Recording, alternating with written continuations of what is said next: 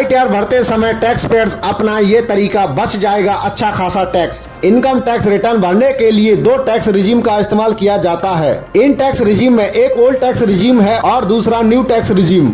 दोनों ही tax regime में benefit मिलता है। ऐसे में इन लोगों को ओल्ड टैक्स रिजीम के तहत टैक्स बेनिफिट मिलता है। लोगों को इस बात पर ज्यादा ध्यान देना चाहिए कि वह कैसे टैक्स रिजीम के तहत टैक्स छूट का लाभ उठा सकते हैं। चलिए जानते हैं कुछ लाभ के बारे में। टैक्स पेयर्स को टैक्स का लाभ कैसे मिलता है।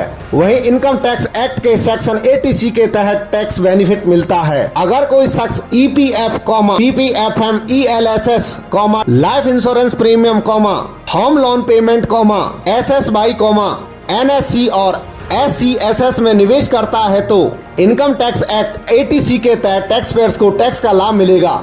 इसके तहत लोग इस फाइनेंशियल ईयर में 1.5 लाख रुपए तक का टैक्स बेनिफिट मिलता है। वहीं सेक्शन 80CCD के तहत लोगों को 50,000 रुपए तक की छूट मिल सकती है। इसके तहत NSC खाते में पैसे जमा करने पर एक्स्ट्रा बोनस 50,000 रुपए तक की छूट प्राप्त कर सकते हैं। वहीं यदि बैंक को ऑपरेटिव सोसाइटी और पोस्ट ऑफिस के स्मॉल सेविंग खाते में ब्याज से इनकम होती है तो 80 TTA के तहत पर्सनल तौर पर या फिर HUA की तरफ से मैक्सिमम 10,000 रुपए की छूट मिल सकती है।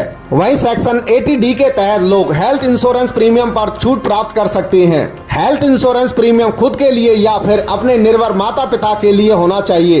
अगर आपने कहीं दान किया है तो सेक्शन 80G के तहत टैक्स लाभ मिल सकता है। बहरहाल इसको लेकर ये ध्यान में लाना चाहिए कि डोनेशन, वैध, ट्रस्ट और चैरिटी को देने पर इस सेक्शन के तहत टैक्स बेनिफिट मिल सकता है। दोस्तों, इनकम टैक्स डिपार्टमेंट की तरफ से आई इस महत्वपूर्ण जानकारी के मुताबिक आप भी सेक्शन 80 के तहत टैक्स छूट का लाभ उठा सकते हैं।